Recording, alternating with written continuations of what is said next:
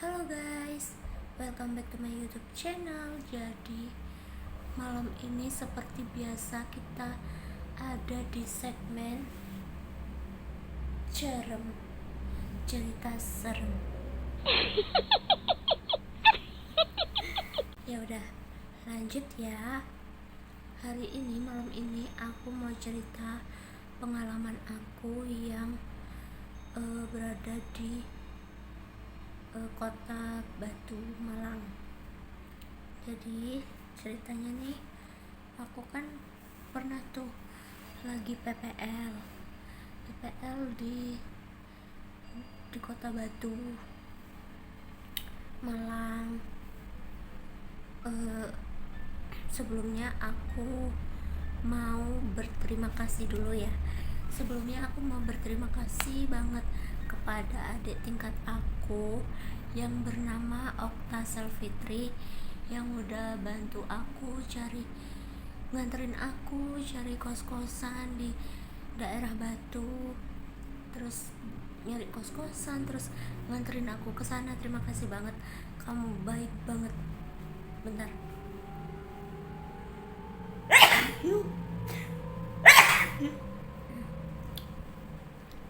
Aku lagi rada flu guys. Oke, terima kasih banget sama Okta, adik kosku, adik tingkatku juga, yang udah bantuin aku cari-cari kosan, terus itu nganterin aku juga. Makasih banget ya. Oke, lanjut. Waktu itu aku PPL di semester berapa ya, aku lupa. Pokoknya aku PPL di daerah kota Batu. Jadi itu di daerah deket banget sama alun-alun Batu. Dan di situ rada serem. Iya, serem sih. Aku nggak kerasannya di sana, bukan karena banyaknya gangguan sih, nggak terlalu mengganggu ke aku sebenarnya, tapi aku nggak kerasannya di sana tuh nggak ada sinyal. Jadi PPL tuh kalau nggak salah 2 bulan kan ya, 2 bulan. 2 bulan, terus udah itu aku ngekosnya di sana 1 bulan. Jadi 1 bulannya lagi aku PP dari kota Malang, dari Dinoyo ke Batu. Jadi aku PP. Terima kasih banget juga buat Mbak Lili Hamidah yang udah mau ditebengin gitu ya. Jadi pas 1 bulan kan ngekos, 1 bulannya lagi PP kan, dari Malang ke kota Batu itu naik motoran sama Mbak Lili Hamidah. Ya Allah, makasih banget, dia tuh baik banget. Terima kasih banget udah mau nebengin aku ya. Aku dikelilingi oleh orang-orang baik. Terima kasih teman-teman. Lanjut. Jadi pas itu kan 1 bulan tuh di Batu ya kan, 1 bulan di Batu. Awalnya sih nggak ada apa-apa kan. Awalnya nggak ada apa-apa, terus lama-lama kok ada yang aneh gitu kan. Aku ngekosnya sendirian, nggak sama teman-teman PPL, jadi sendirian, benar-benar sendirian. Tapi di tempat kosku tuh juga ada gitu, ada orang kos lain gitu, bukan orang-orang yang aku kenal gitu kan ya. Pas itu kan kalau misalkan cari sinyal itu susah banget guys. Jadi cari sinyal tuh aku harus naik tangga ke kamar paling atas. Jadi ada aku kamarnya di bawah, lantai 1, lantai 2, lantai 3. Di lantai 3 itu tempatnya bagus sih, bagus. Jadi bisa kayak ngelihat pemandangan keluar kan. Kalau di kota Batu kan bagus banget kan, kayak gunung-gunung, hawanya sejuk gitu kan di atas, tapi serem. Jadi kayak beda aja gitu rasanya, ya aku cuek kan, aku orangnya cuek. Jadi yang penting aku dapat sinyal nih, dapat, iya, sinyal, bisa teleponan, bisa WA-an, bisa searching segala macem kan.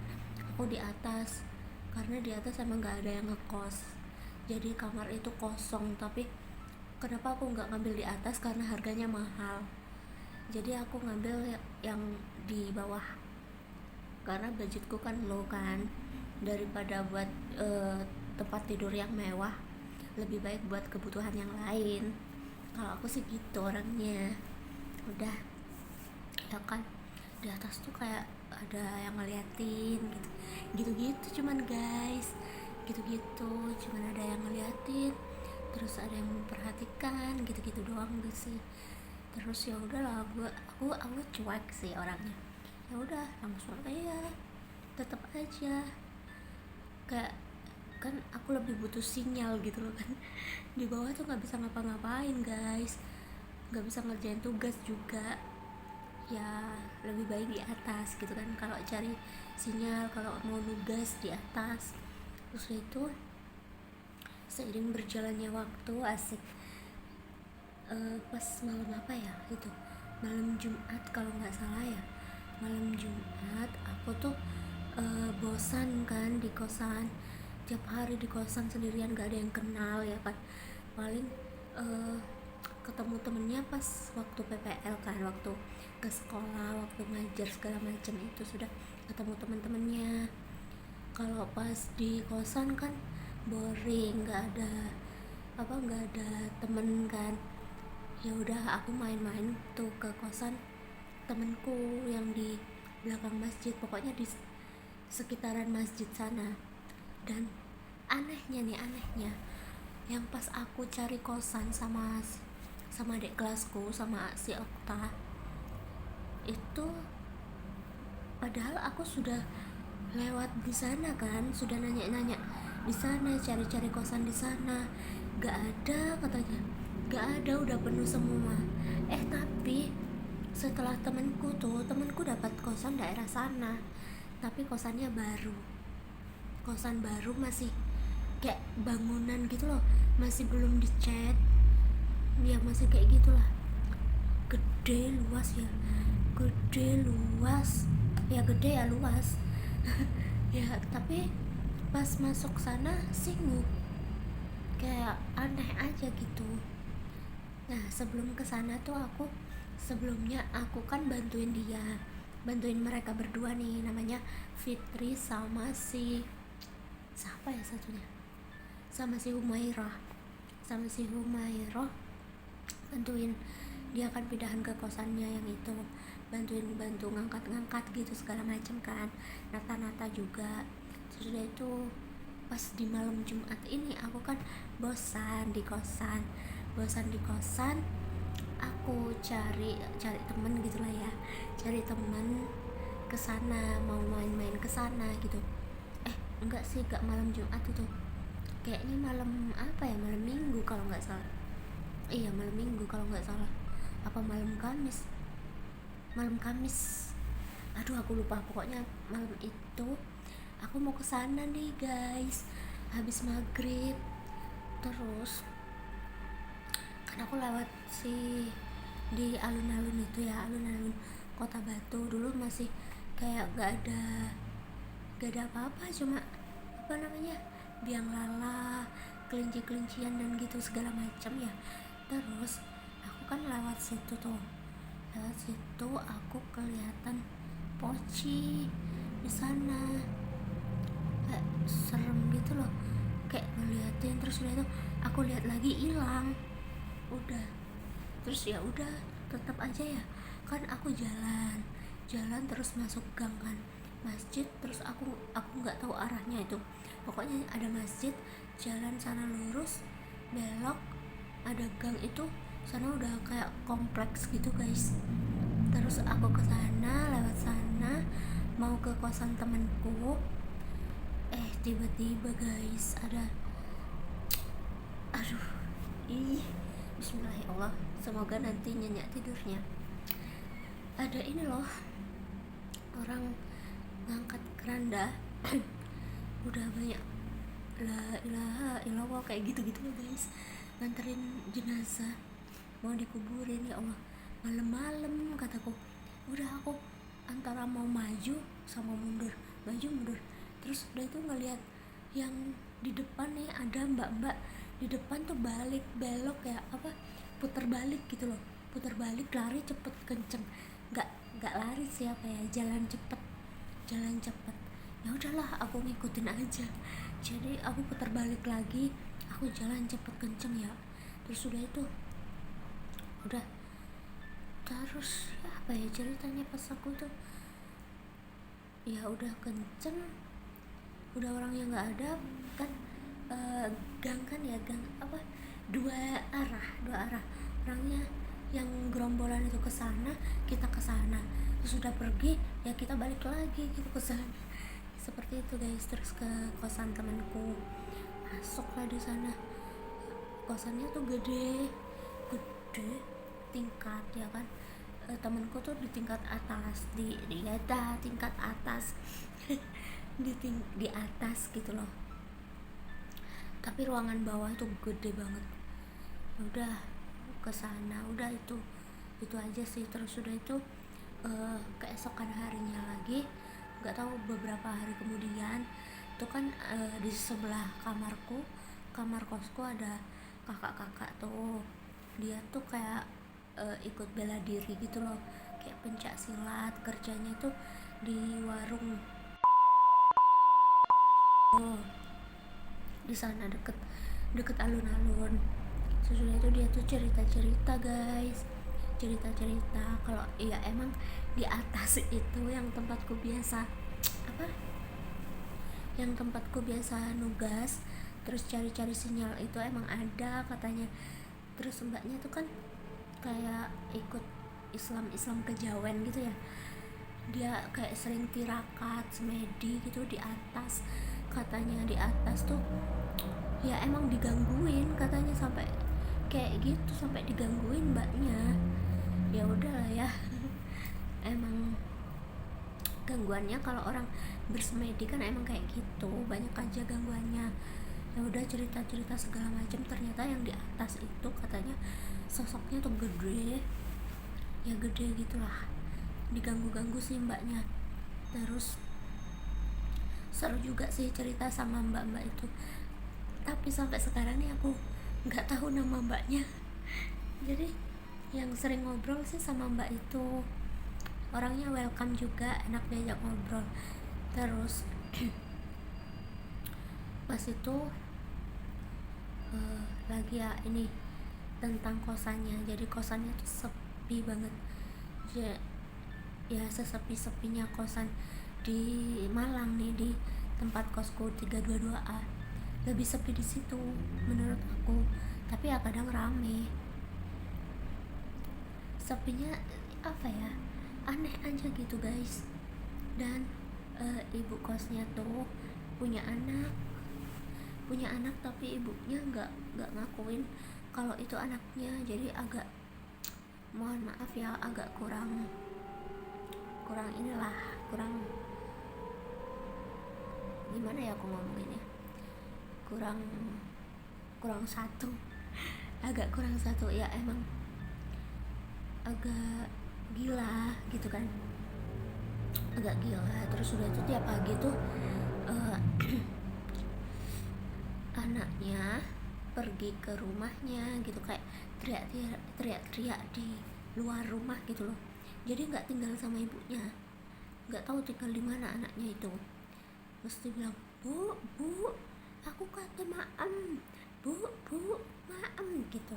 Terus udah itu ibunya ngomel dong gitu, nggak ngerti ngomong apa, pokoknya ngomel, dia marah-marah, kayak males aja kalau tuh anak datang ke situ gitu. Tapi ya kadang dikasih makan seperti itu. Aku taunya kalau itu anaknya dari mbak-mbak yang pencak silat tadi tuh, kasihan ya anaknya.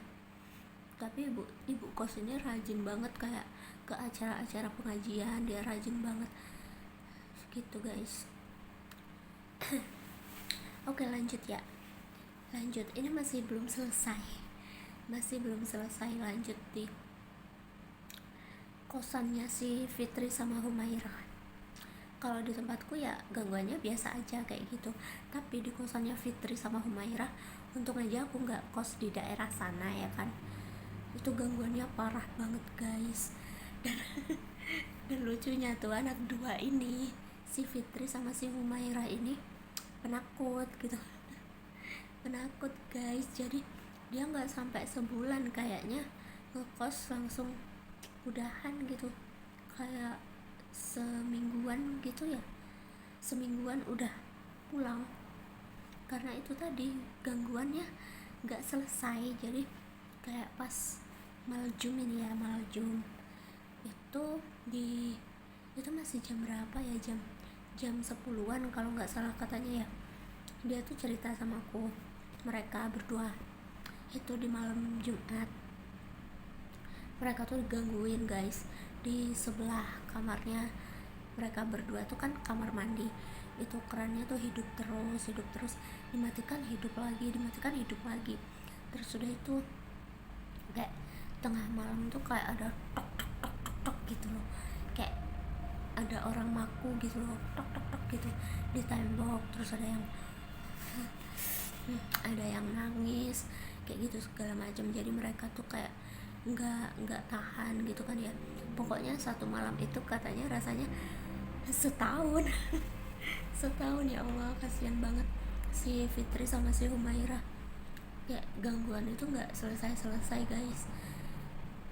Aku tahu banget mereka tuh penakut banget, terus digangguin kayak gitu ya. Aku gimana sih rasanya gitu. Kayak semalaman gitu, sampai mereka tuh nggak bisa tidur guys. Gimana rasanya kalau tinggal sendirian kan. Ya udah, gangguannya seperti itu, kayak ada yang maku, terus keran tuh dimatikan hidup lagi, dimatikan hidup lagi, kayak ada yang berisik gitu guys. Padahal itu kosan baru loh, baru bikin ya. Justru yang baru itu mesti banyak gangguan, karena kan ini loh, awalnya tuh lahan kosong, terus udah itu dibangun. Itu kan emang justru yang baru yang banyak gangguan kalau menurut aku, karena awalnya nggak ditempatin manusia kan, lahan kosong kan ditempatin makhluk yang berbeda dengan kita. Jadi ya jelas dan pasti udah kayak yang menempati itu nggak terima tempatnya ditempati orang lain, kayak gitu kan. Seperti itu guys. Ya mungkin cuma itu dulu ya ceritanya. Semoga kalian suka dan semoga kalian terhibur ya.